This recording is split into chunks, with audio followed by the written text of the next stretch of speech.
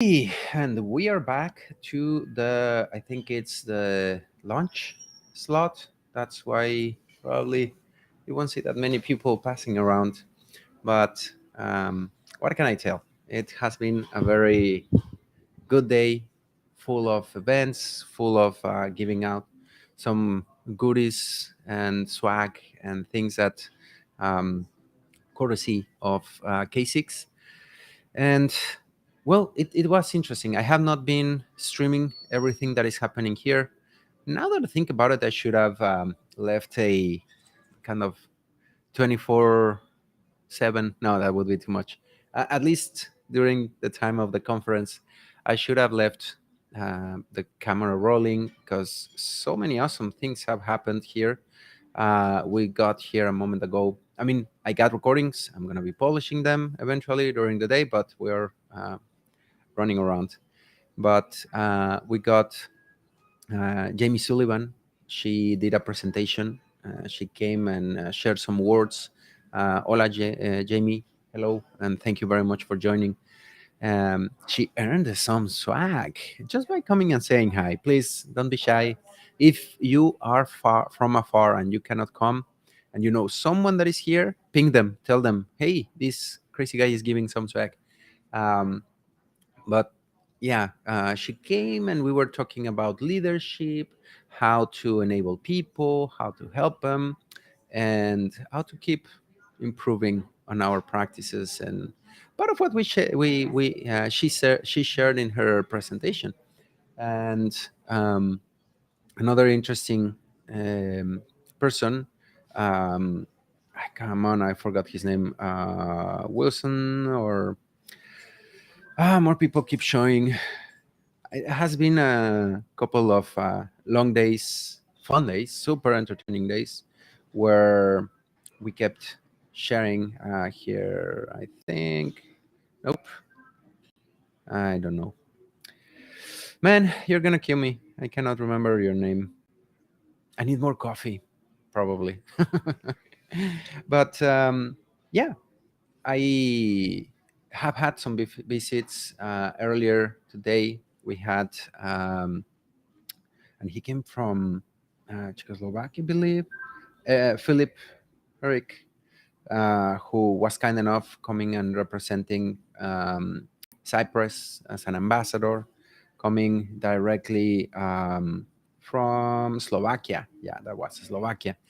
And um, sharing some experiences. We were talking about food, we were talking about fun, um, how was to come to the States, how was to enjoy the differences here. So it's something that we all miss this. We all were looking forward to these experiences, to being back in front of amigos and friends and do silly talks. Because yeah, when we come to a conference, it's not always like, hey, and what do you test with what, and what is testing and all testing.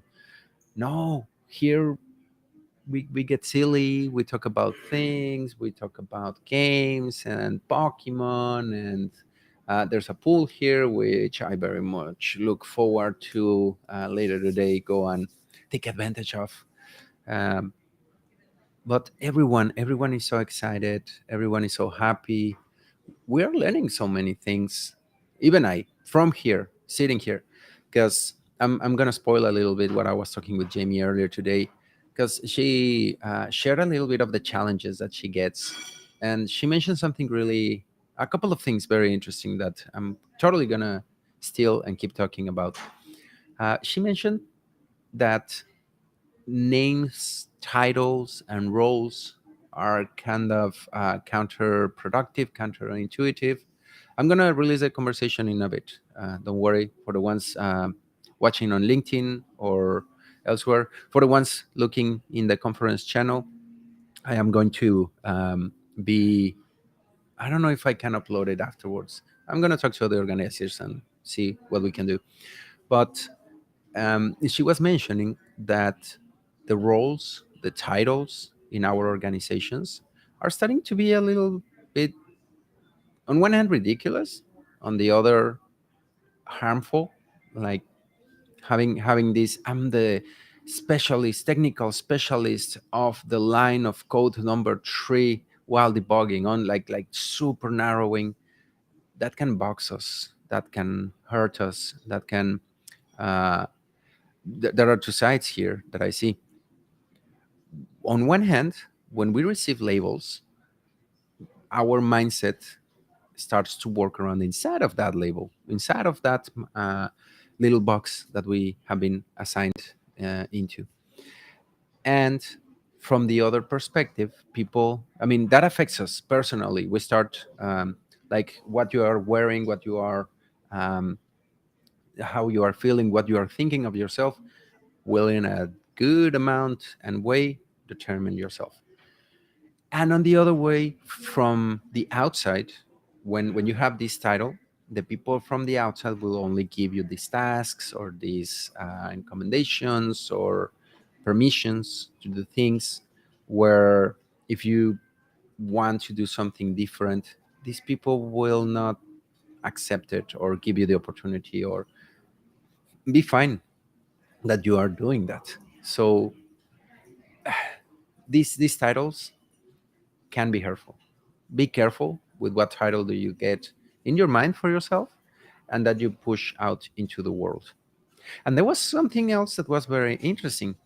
We we're talking about these titles that are kind of random, right? We have heard these positions where, yeah, I am a social engineer in IT with AI, and like, what does that mean? It's cool and not cool. On one hand, as I said, it narrows us down, it boxes us, but in the other hand, it can be giving me misinterpretations. It can be providing problems or differences, right? What is the position that I am at? If it has a weird, not very well defined name, it may be like, it's the guy that does something dark side, but what type of task shall we ask for help of this person?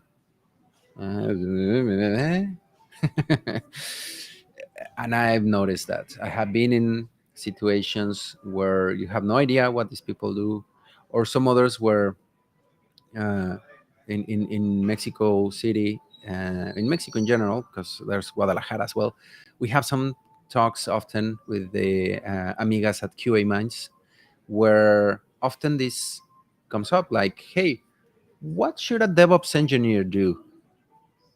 And it's like, what? Because if we think about it, and I'm gonna go that tangent for a little bit, DevOps is more like a philosophy, a set of things to do. It's not like a task, a single specialty that we can. I mean, some people may uh, scream a little bit if I say this because we have our DevOps enthusiasts, but when the role is just like a DevOps engineer, I'm not even sure what that means. I mean, DevOps is a practice. What doesn't include? What is the areas of expertise of a DevOps engineer? Are they super good at continuous? Are they super good at Jenkins? Are they super good at, in our perspective, unit testing? Or are they very good at the ops side or gathering metrics or maintaining the systems? So this is an interesting thing that Jamie brought up, and that I believe she talked about in her conversation, in her presentation, sorry, where if we have this, and it's not double-edged, multiple-edged sword, if you can think of it, those crazy swords that had multiple edges. It's if we are getting into a point in the industry, in technology, in the practices, that what is our role to label it, to put a specific thing on it? It's a little bit complicated, right? What, like, okay, I do this, sometimes I do that, and some others I do that other one, and Fridays I like to just a fifth one. What am I? What? Existential crisis, right? And in the other hand, and I think the mind blowing part for me that Jamie brought was, okay, you may have a weird title, you may be entitled or labeled or boxed with that title. Um, what about you seeing that at your advantage instead of being hurt by it, instead of being put in a box? What about um, thinking of it? How can I mold it? How can I use this weird name at my advantage? And it's something that when she mentioned was like, oh wow, the possibilities, the options, endless possibilities. Because we can start to get into branches or explore other things if we take advantage of these weird titles. Paradoxically, right? Uh, we may have these, and we have seen it, right? When someone, a janitor, oh yeah, I am the executive director of cleanance and supply management. Well, that's, but we can play around with this, and in testing and QA, I think we have this a lot, especially because we are having so many specialties from the past, new ones coming, and some others that will keep coming. I mean, in the past, manual tester, that was super specific. But going to my example, DevOps tester. Well, what does that mean? What is does that require? Or because before, database tester or load tester, performance tester, which I don't want to bore you with my performance shenanigans and complaints and ramblings, but um, there are so many new roles that will start to pop up. With to give you an example, we're starting to have AI in automation. I'm gonna burn a little bit of the material that I was talking about yesterday, and that I had at the moment of the presentation and epiphany.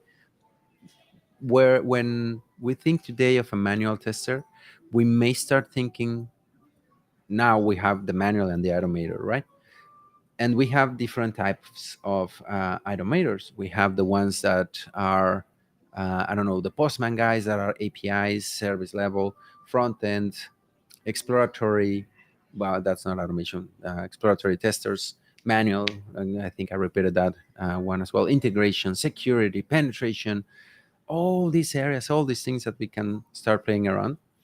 And going back to automation, we are starting to have, well, I don't think we're there yet, but soon we will have AI starting to spread all over the place, and we will start to have lots of, I think, practical applications in our QA automations to use AI. And what AI will have so many impacts. What will happen if, when AI starts to make automations so easy that they can be automatically automated, the processes, the tests? So, and that was what I was thinking. We will have next another breed of QA people that will be the manual, because we used to have the manual testers, period. Okay, yeah, clear. I have repeated that a lot. But we will have the new breed of manual automators, the ones that have to go and use the IDE and record. But we will start having the ones that have AI assisted automated automations, automatic creation of automations assisted by AI or machine learning or all these awesome modern things and buzzwords that we are starting to have in the industry. And these will also start to spread into, and because we have some sub areas, right? We have the performance of the automations, which is a topic. Who was it? I think yesterday, John Hill, our amigo from NASA, was saying that, hey, I have performance issues with the performance metrics of the performance tool. What? Did I overcomplicated it? So Performance tools will take metrics, will gather measurements. What is the response time? What is the response time? And he was looking at things that were very specific, very precise, milliseconds of precisions. And he said, well, sometimes those milliseconds, I would have 2 milliseconds, and next time I would have four. I say 4 milliseconds. What's your problem? But there you have 100% of deviation. I mean, it's twice as large. Which, if you just think of milliseconds, it's a tiny thing, but the magnitude is huge. The change is huge.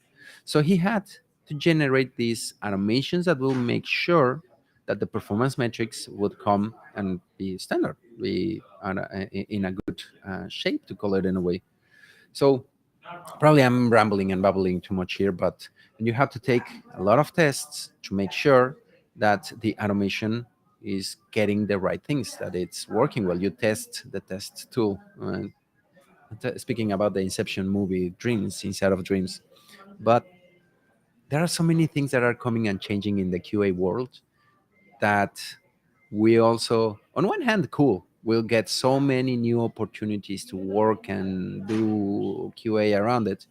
But in the other hand, we will also have lots of implementations and things that will get complex, interesting to learn about, which is cool if you ask me. Keep learning about it.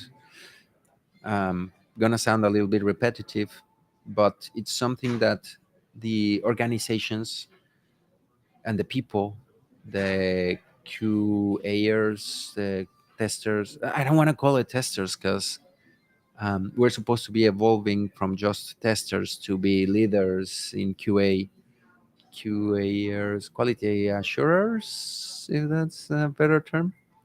I don't know. That we will have to evolve and keep learning, keep growing, which, if you ask me, is awesome, incredibly entertaining. But some people are like, "Oh, I just wanted to start a chill and stop the bandwagon of thinking and learning and doing more stuff." So I don't know. Lots of insights, and it's something that I highly recommend. A constant and common topic that we have had here at the conference. Everyone that has shared a seat with me and opened their mind, their thoughts, and their opinions is that conferences here, you come to have your mind blown. Not only the energy, not only the people, which is awesome. The people has a lot of lots of interactions, and we missed it, and it was awesome. But the amount of ideas that you will get from other people, and when you mix it with the ones that you have in your head, it's gonna explode. It's gonna make you grow, because we don't want to stop learning, right? We want to keep growing. We can. Jenny on Tuesday, I believe, Jenny Bramble, for the ones that could not see that. I had a video where when I was still figuring out this streaming platform, and it was backwards, and the K6 logo, and it was madness. But she came and joined the madness with me, and she shared a little bit around that, where keep learning, keep exploding, and keeping. I think the key characteristic of the QA people is creativity. One of the characteristics, I personally think there are many more. Jenny mentioned big time creativity, where we testers have to figure out ways. We have to come up with tests and validations and ways to prove and do one thing that will tell us if the software is truly doing what it's supposed to. And this creativity, since we have it in our heads, when we come and get all these other new ideas, all these concepts, all these elements, it starts to mix and get many more ideas, many more concepts. Hey, I have been doing things this way, this new way. If I mix them, and then I can get this. Honestly, since day one, I think, which one was it? Tisqua 2017, maybe, long ago. Um, just after the conference that night, I remember I couldn't sleep. Different from right now, out of nervousness and all the things that we have to do. But that night I couldn't sleep because my mind was packed, was full of new ideas, new things, new concepts that I had just absorbed. Actually, I came to that conference trying to like this weird agile thing that know how to deal with and that I hate. I truly hate it. I don't know how people can load test something if the scripts keep breaking, keep changing, and everything keeps moving. Now I know better. Hopefully, everyone that are watching they understand better, and I have a chat. Okay. Oh, Starist. Yeah. Okeswara ready. Okay, thank you, Okeswara ready for the comments. Yeah, and I kept getting these ideas, these new concepts.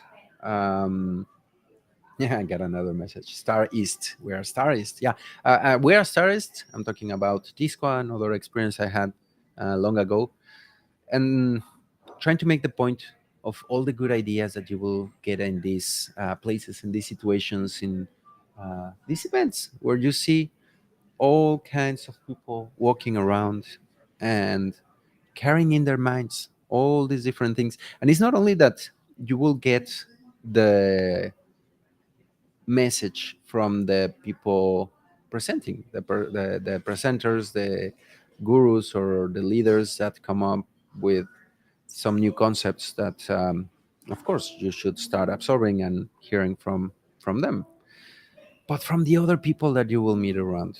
There are attendees, there are some other people getting sessions that they come up with their own ideas, they come up with their own experiences. And like last night, when not that I did it, I had to rest, I had to prepare a lot of things. But when you stay out there at the bar, at the dinners, at the lunch breaks, at all these opportunities that we get and interact and exchange all these ideas and elements and opportunities, it enriches you so much. It's like sharing experiences with friends, sharing what you see, what did you live, what did you learn, and switching among everyone. I don't know. There are so many things. It's an awesome experience. Anyone, if you have a conference, a meetup, um, just a talk, something that you can attend to. I mean, this one I understand. Sometimes it's far, it's not that accessible to everyone, but there are always meetups. There are always events. There are always things going on around you. Just pay attention to it. There are always groups that are eager to share. If you have messages to share, I think that is awesome that we go out and help the world and help everyone. I mean, if um, thanks, ready. If and if you have those messages, something that also caught my attention, everyone, I met more authors, more book authors in this conference, and all of them agree.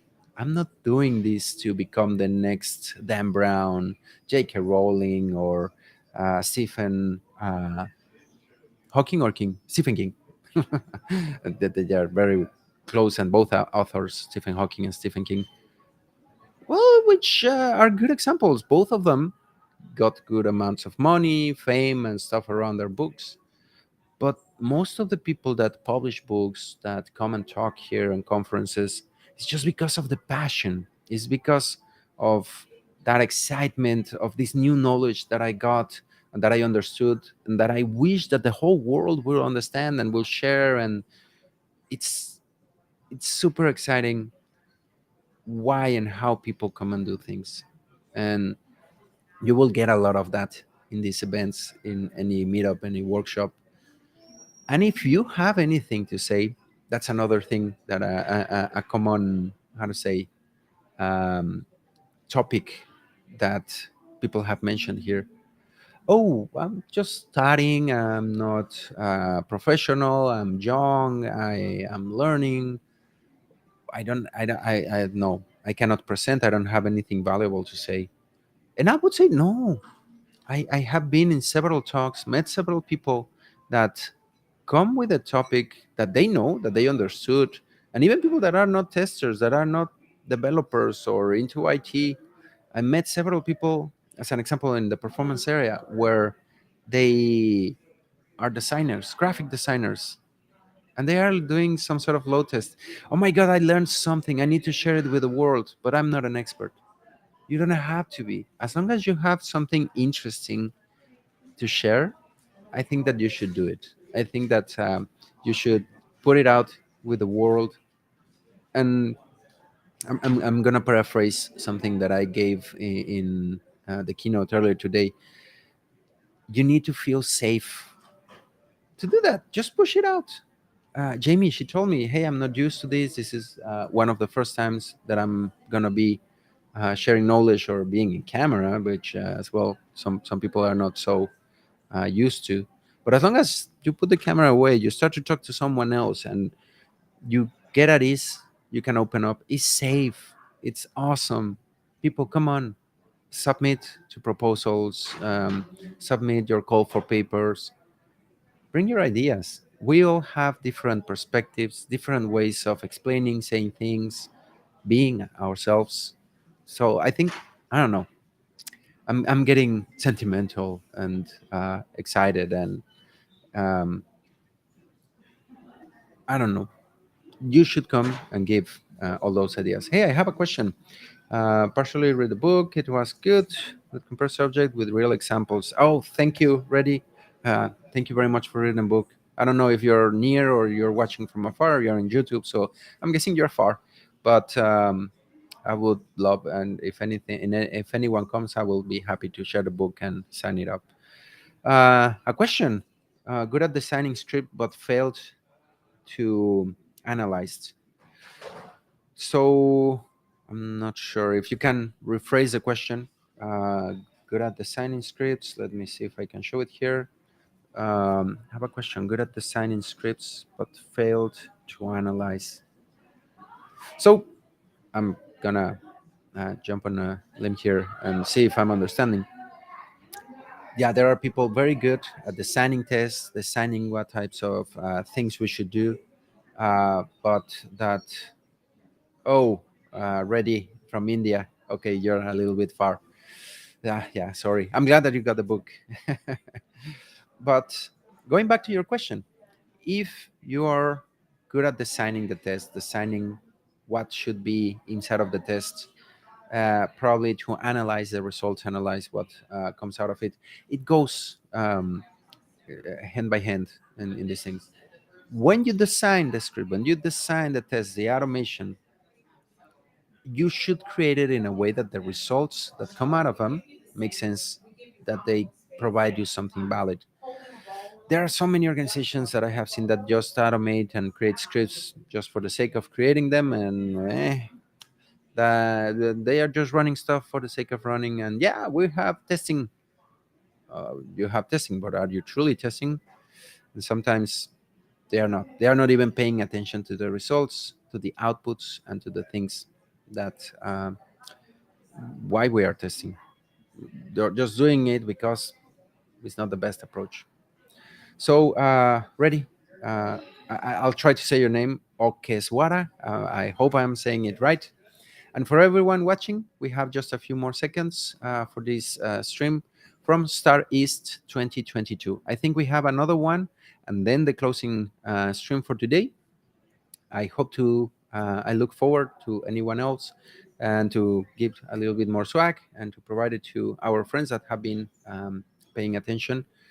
Uh, check out K6, check out the conferences, check out all the knowledge, all the people that is around here, and I hope you are keep enjoying the day. I'll try to keep sharing what is happening. I'll try to go and pay attention to what is going on and keep posted.